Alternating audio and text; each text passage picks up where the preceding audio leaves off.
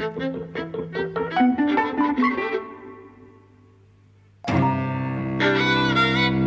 and welcome to Eavesdropping at the Movies. I'm Mike. And I'm Jose. And we've just come back from the cinema where we've seen Bombshell, this sort of satire-adjacent film, like a lot of these kind of Vice and things like that are like these days, which reenacts the happenings around the Fox News, Roger Ailes in particular, sexual abuse and harassment scandal of about 4 years ago now probably. I've seen this once already. I saw it the other day. You've seen it for the first time, so I've seen it my second time. So, my question to you is, why did you bother to see it a second time? I liked it. It's up my street, this kind of thing, and it's quite obvious. But there are things about it to like. I had real problems with it all the way through. Okay. I mean, all the men are scummy, but all the women are scummier, I think, actually. I found it very difficult to get sympathy for any of them, right? So, for example, after the House of Un-American Activities, the US film industry spent like 40 or 50 years really hating on people who had compromised, right? Who basically had informed on a friend because, they wanted to keep their swimming pool and their career, right? And here's a film kind of saying, well, actually, all these women are victims, and really all they were trying to do was like get on television, and so basically they gave this guy a blowjob, but isn't it tragic because, kind of it's sexual harassment. And I was thinking, well, yes, I mean, sexual harassment is terrible and it should be illegal and so on.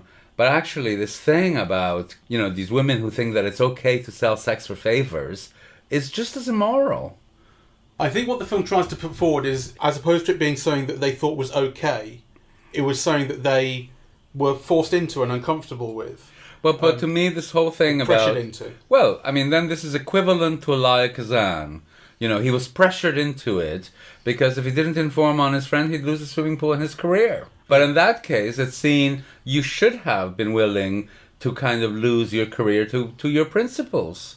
And actually, I think the same thing about these women. These are all kind of unprincipled women who've been like saying and doing awful things on network television, kind of victimizing loads of other people, kind of, being willfully ignorant and hateful and helping to create, a horrible world. And then all of a sudden they expect sympathy because, they exchange sex for exposure and promotion, but they felt harassed into it. Well, they could have said no. Well, I agree with one of the things that I was at best curious about and at worst kind of really worried about before I saw the film was that this is about Fox, and I was going, I don't want to feel sympathy for anyone who ever worked at Fox, That's part of my thing as well. Because Fox is a disgusting, lying propaganda arm of a political wing. Like, it's not a news organisation, It's like Nazis. Well, that's an interesting comparison, I've had some thoughts about that as well. But because I think it's in the film to a degree, although maybe not quite in the way that you suggest. Well, the film at the end does, kind of try to create something out of it. Well, not even at the end. There is a Stasi thing going on, which I think is kind of interesting, where Roger Ailes sits there. Roger Ailes is the, I don't know what his title was, CEO or whatever, but he was basically in charge of Fox News, whereas Rupert Murdoch owned the whole thing. So Rupert Murdoch was above him, but day to day Roger Ailes was in charge of Fox News, and he built Fox News.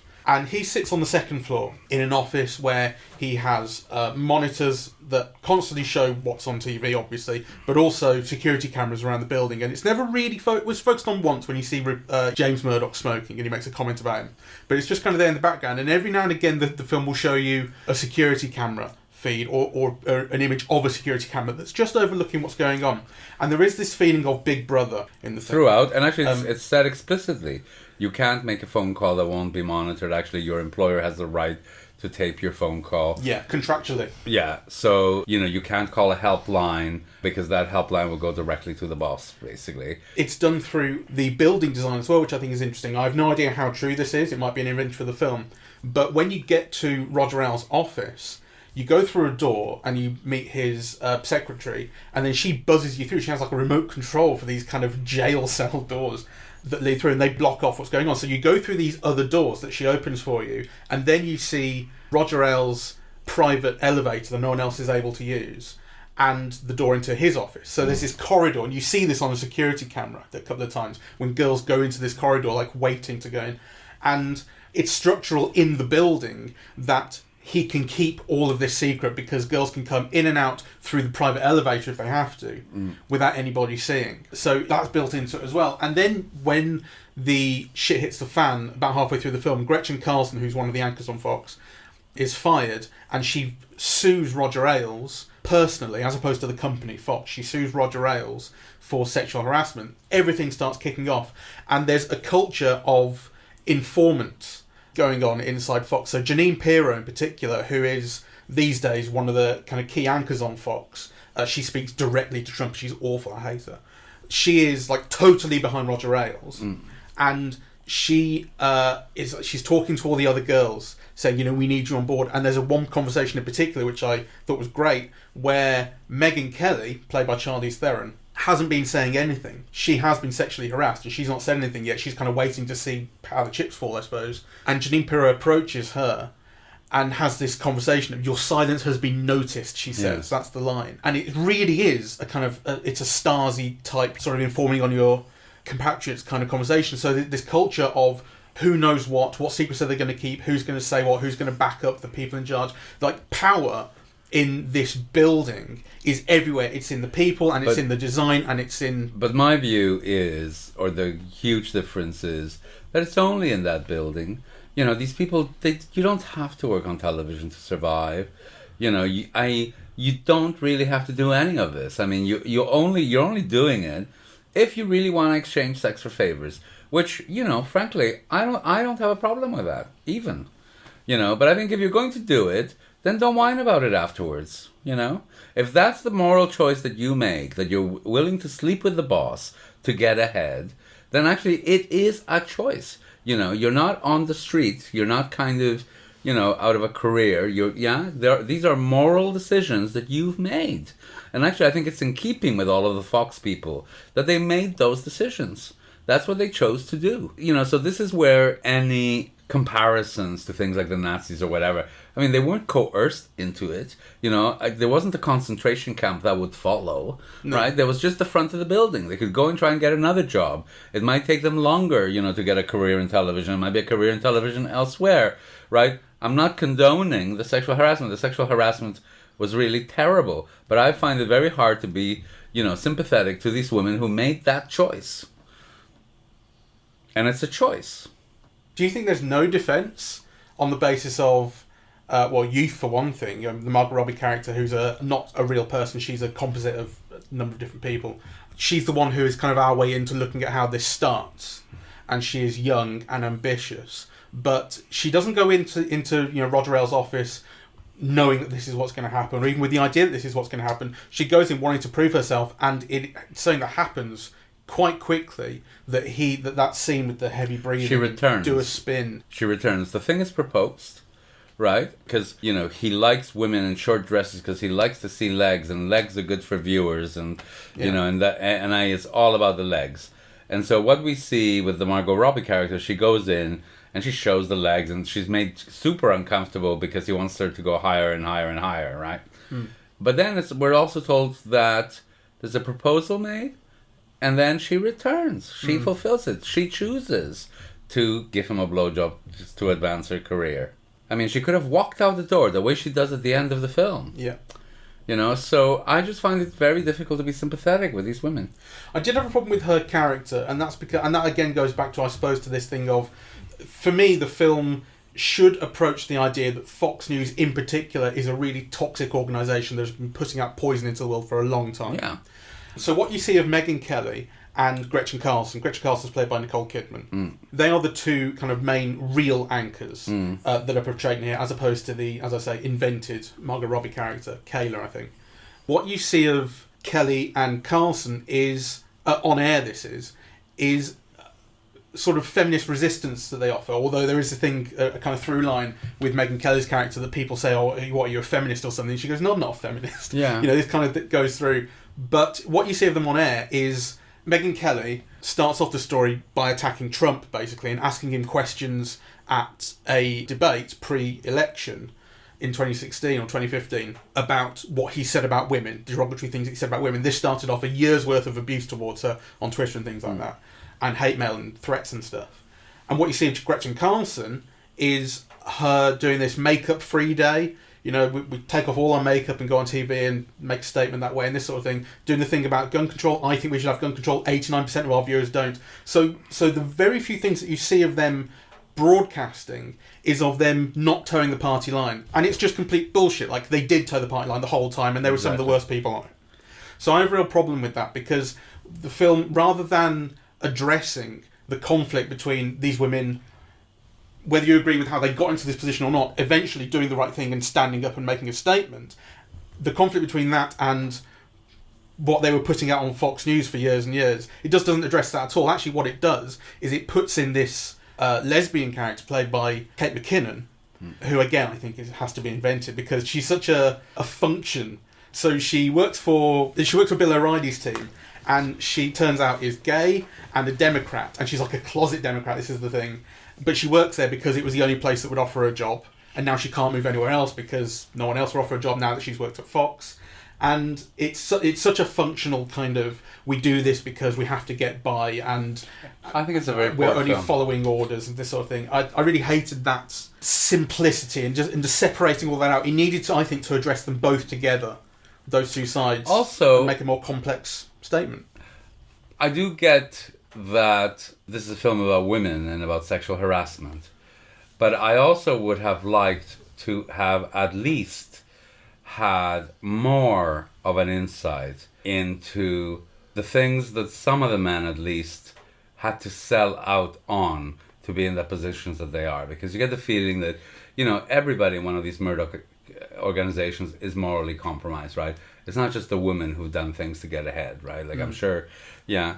And I suppose a different kind of men, you know, or things, you know, like to a large extent, the House of Un-American Activities discourses is all about, you know, how people, the various ways in which kind of people sold out to get something, right? To keep the pool or to keep the career or, you know, but maybe I'm wrong. Maybe that's just seeing a different movie. I mean, I think my main problem with the film is that it doesn't bring out the complexities, you know, in any of it, really. I suppose my attitude to the film is just, I hate to see these women who are complete sleazebags, you know, and amoral people, and actually people who have caused real damage in the culture, and who continue to corrode it. I mean, not especially, but as part of that Fox team, yeah, you know, who are a poison on the culture, to be transformed into heroines, you know. Yeah. Well, Gretchen Carlson in particular is someone I have a real problem with because, you know, when I used to see her on Fox and Friends, which was the morning show, in this one they talk about her getting demoted from that when she wouldn't put up with the laddish banter, quote unquote, and basically abuse on air that she would receive from her male co-anchors, cutting her off, making comments about how sexy she looked and all that kind of stuff. But when you used to see her on that in real life, she played this real airhead bimbo character, and it was insulting, the most insulting part of maybe anything on Fox, because the film here basically introduces her by saying she went to Stanford, she went to Cambridge as well, she was Miss America, she played Sarah Sauter on the violin when she won Miss America. Like, she's a fucking smart, educated woman. And on Fox and Friends, she would do this stuff where she'd go, I didn't know what a dictator was, so I Googled it. And the film doesn't show that at all here. But I mean, for me, that was a huge problem with her, because she's playing a fucking part, and it's insulting to everyone, really, including herself. The whole thing is an outrage. I mean, I couldn't tell one apart from the other, because actually I don't watch Fox News. We don't get it here. And at best, all I've seen is the odd clip, you know, when they've gone overboard on something. Yeah. You know, but to have these people kind of make these diatribes against, you know, the poor and the vulnerable and the foreign and the queer and whatever, and then to expect anybody to have an ounce of sympathy because, you know, they put out to get ahead on their job. I mean, they've just lost me. I don't give a fuck. Let's talk about a couple of other things. Let's talk about the film as filmmaking. What did you make of its aesthetic, its direction, its storytelling? Not much. I mean, the only thing that I really liked and that I think, you know, I want to praise is the performances. I think the performances are all uniformly excellent in a way that it takes a particular kind of great director to get them. You know, I was amazed at how... Because, you know, I don't really like Charlize Theron. I think it's pronounced Theron. That's how I've heard her pronounce it. Theron. I don't really like Nicole Kidman. I mean, I admire her in some things, but actually I don't really like her. And they were all great in this. John Lithgow was fantastic. He's giving it the full Churchill. Yeah, Margot Robbie was quite good. I mean, everybody was good, really. And I thought that was a pleasure to watch, because also they are performing under quite a lot of makeup and prosthesis. Like, they don't look like themselves. No, I mean, the physical transformation of Charlize Theron is unbelievable. She is identical to Megyn Kelly, and it's insane. There are times where you're confused about who is who. I think it's unbelievable. I've never seen anything quite like that. Yes. She's to really not see the person under it. Yeah. And she's very good, you know. Yeah, and her vocal work is amazing as well. Megyn Kelly has you can hear her voice in Charlize Theron's voice. You can, she's lowered tone and she's got all the cadences and stuff. She's exact. Whereas Nicole Kidman, as good a performance as I think it is, it's not Gretchen Carlson. It's Nicole Kidman in a wig, and a bit of a chin prosthesis. It looks like, that's not really. And there are one or two characters who are caricatures almost. I think Rudy Giuliani, when he shows up, who's played by Richard Kind, doesn't look a thing like Rudy Giuliani and doesn't even really sound like him either, but it's just a comic turn, really. It works, yeah. Just made me laugh. There was Bill O'Reilly, when he shows up for a couple of shots, really, I wonder whether they used a deep fake thing to make him look, because he looks really unnatural in a perfect way. It's very, very odd what they did with him. I googled it and all I could see is someone else asking the same question. But if they used a deep fake thing, which is like this computer sort of automated changing someone's face to look like someone else, I'd be amazed. Because it looked very peculiar. That's a minor thing, but that's just, I want to find that out one day. I thought the actors were terrific. I thought the film just lacked substance, and aside from lacking substance, it lacked showmanship. Yeah. And it never really gets you involved, right? Like, I was thinking Hustlers is a very interesting comparison, right? Because whatever you think of the film, at a certain point, you're with the girls, right? Like, you're rooting for them. And actually with this, I just felt kind of detached and, Yes, I know what you mean. So I didn't laugh very much. I wasn't emotionally involved. I was perhaps overly judgmental, Yeah. I didn't think, that the visual storytelling wasn't witty enough. I mean, when you think of some of the other films of this genre, that we've seen, like Spotlight, the thing about the child abuse. Yes, I love that film. Yeah. And so, I mean, this is really kind of minor beans, really, not very well done. I like some of the detail. I mean, like I say, I think there are aspects to the, I suppose you could call it world building, although it's really just set in the Fox News building, but I think you really get a feeling for the conditions under which everyone works there, and I don't mean sexual harassment conditions, though that is one of them, but just the kind of physical conditions, the working in the basement, the being closed in, that everyone's all around you all the time, not having to find places to kind of have clandestine talks with each other, going into the corridor. When Megyn Kelly takes her producer Gil into that studio to tell him that she'd been abused by Roger Ailes, she unplugs the mics, these little details. I know, but you see, I don't think that's good enough, because those little details, a better director would have made the source of enormous suspense. Yeah, they might get caught, or they might be found out, or they won't be able to. I like the quotidian aspect to it. Like, this is what they deal with on a day-to-day basis. Well, I think even on a day-to-day basis, it could have been made more exciting. Certainly, the film needed something. And it worked for me. I've got to say, it worked for me. I think the film does ramp up in tension once, like I say, that kind of informant culture starts up, and people go, whose side are you on? That sort of thing. Janine Pirro is Inquisitor #1. I think the tension does ramp up there. I didn't feel it. It worked for me. I think the camera work... I struggled with the camera work because it's not that it's unattractive. I don't think that's really what it's going for. I think you're right to say it's not showy, but I'm not sure it necessarily... I don't think it wants to be, for one thing. But it has this thing of when...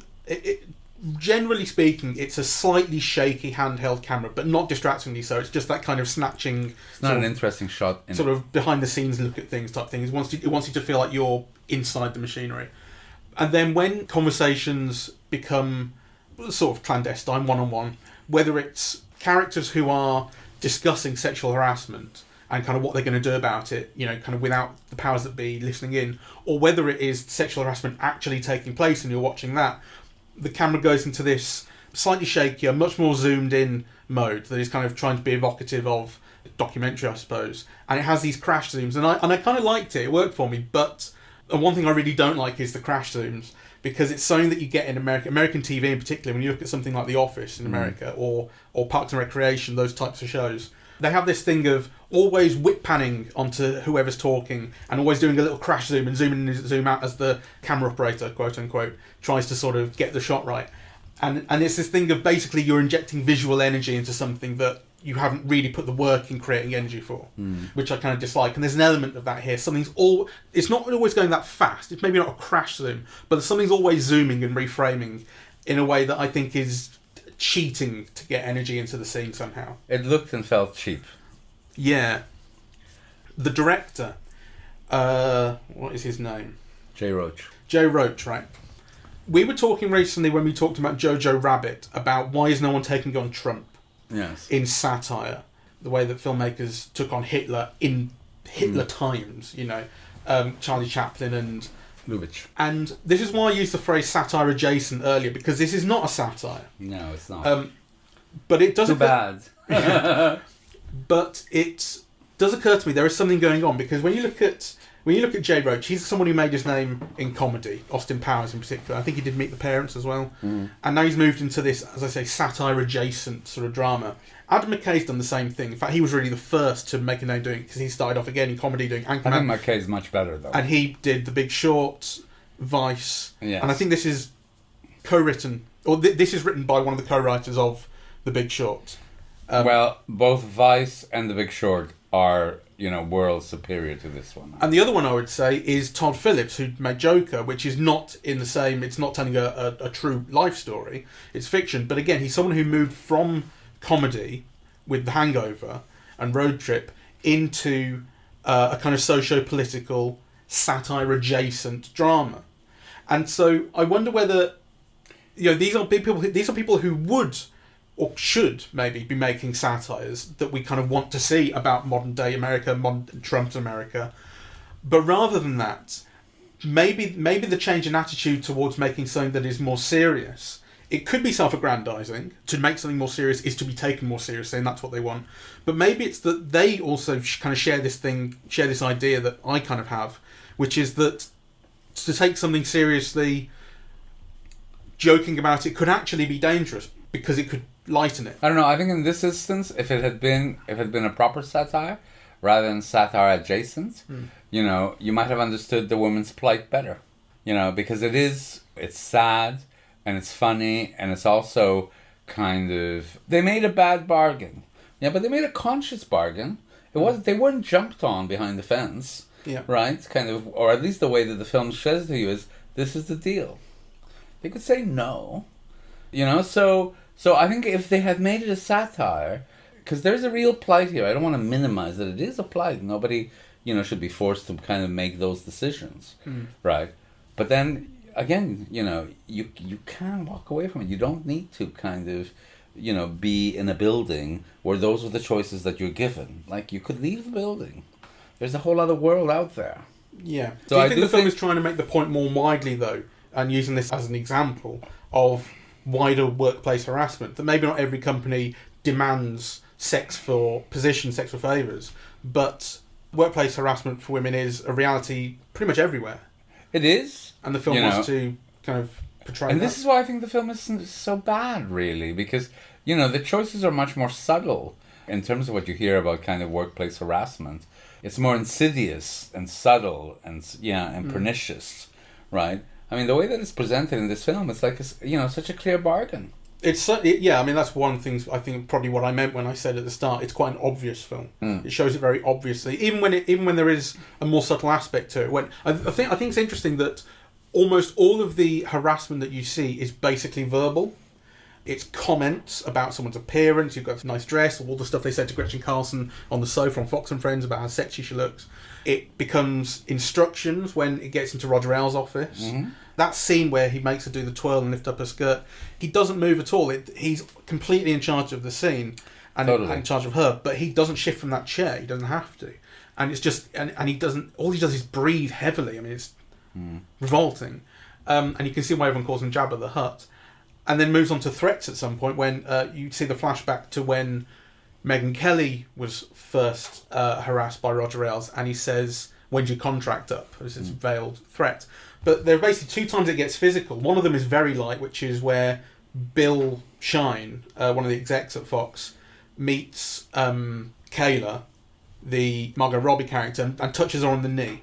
Right, and it's in a scene which is, got other verbal harassment going on, but that's all the touches, right? And I'm not saying it's right, but it's light. And the other one is when you see the flashback to Roger Ailes grabbing Megyn Kelly and trying to kiss her and forcing himself upon her.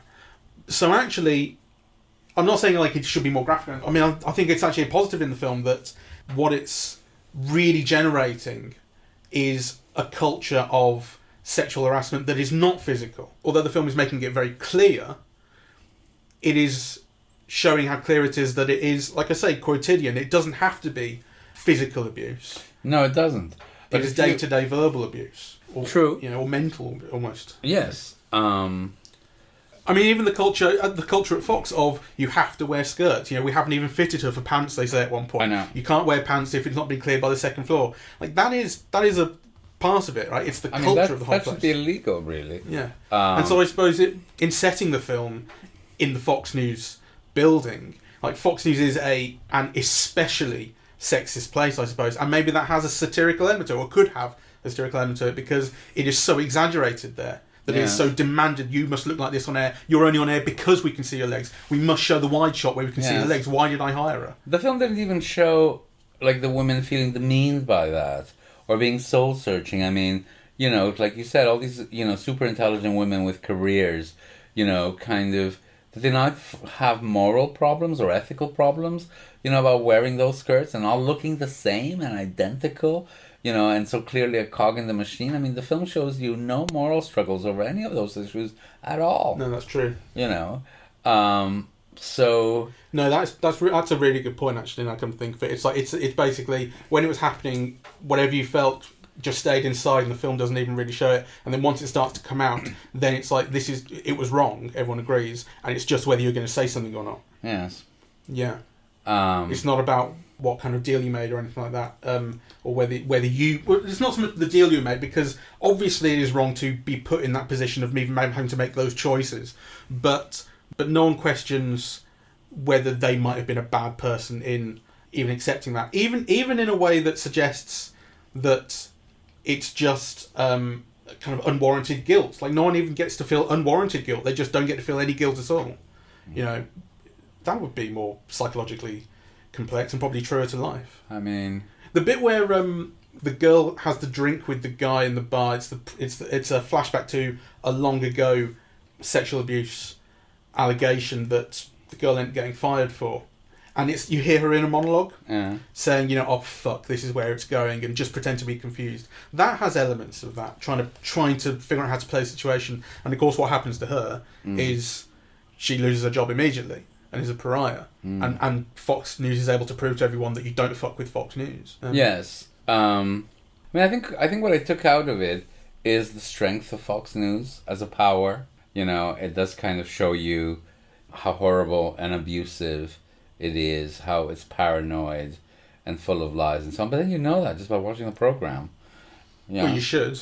Lots of people don't. Well, no, I don't know why people watch or what people get out of watching, or, It's legs. Well, according to this film, a it's lot of legs. legs. Anyway, I just don't understand it. I mean, also, this thing about legs, in a world where all kinds of imagery is available, you're going to tune into the news for legs? I can see it. I mean, that's how people... the thing is, particularly when you get to old people in America who just have Fox on 24/7, it might be part of what keeps you alive watching it, but it just helps feed the poison, and Fox just stays on in those houses every day, all day, every day. And it's... I don't know, but, part of what TV... Part of the poisonous journey that is the day of Fox News. Anyway, I didn't like it, because there's a real story here. Yeah, and there's a real tragedy here, actually. It is about selling your soul to the devil. That's what it's about. Or it should be. It should be, yeah. Right? But actually, the only one who really gets that aspect in her story at all is Kate McKinnon, I'd say, and it's so blatant in hers that it's insulting. It's really not that smart. So, but it's made me think quite a bit. I mean, and this kind of thing is up my street. Like I say, like it is up your street. Political, socio-political thing about fighting the powers and all that kind of stuff. I kind of like, and Fox News I'm interested in because they're hideous, and so you can see why I saw it twice. I mean, I like this kind of thing, and I think the performances really carry it. I think they're great, as you say. Yeah, I think they are. I think that's the one thing that I would kind of praise. And also the editing, the way that real life archival footage is used and combined with reenacted performances, particularly Megyn Kelly asking questions of Donald Trump at the debate, Gretchen Carlson sitting on the couch with the two other presenters. That's really seamless, and I think it works really beautifully to build that world. All of that feels so true to life, and I didn't question a second of it. I loved it. In fact, the first time I saw it, I was very much looking at how the Megyn Kelly Donald Trump scenes were cut, because I thought this could feel so fake. And actually, a lot of the cuts between or from Megyn Kelly to Donald Trump and back again aren't shown. You actually see one thing on one screen, and then it cuts, and then you see something else on another screen. So it kind of hides those seams, which I think is quite effective.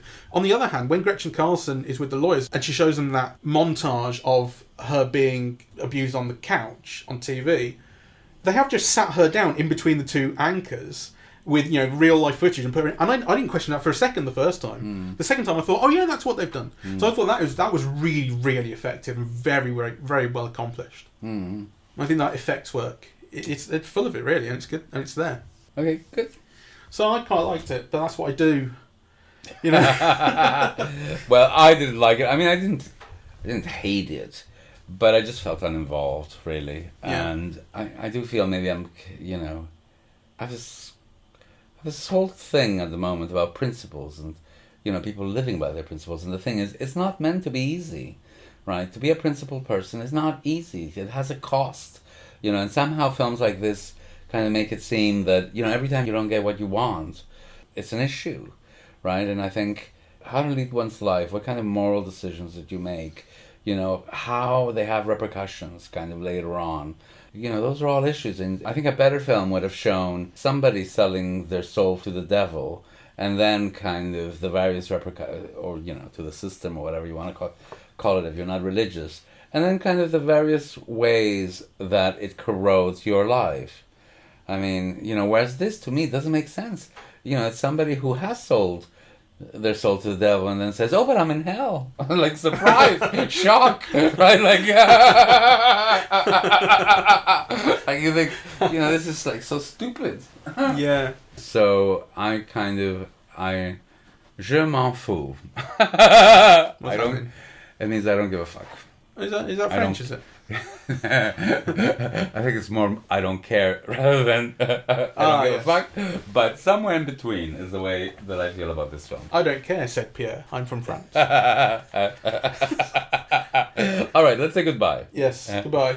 Thank you very much for listening. We are eavesdropping at the movies, and we are on Apple Podcasts. I would say Apple Podcasts now because I've just realised it's not really called iTunes anymore. Okay.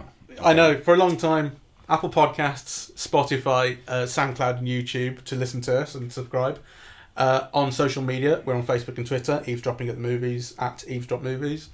And the website is eavesdroppingatthemovies.com. Hurrah. Goodbye.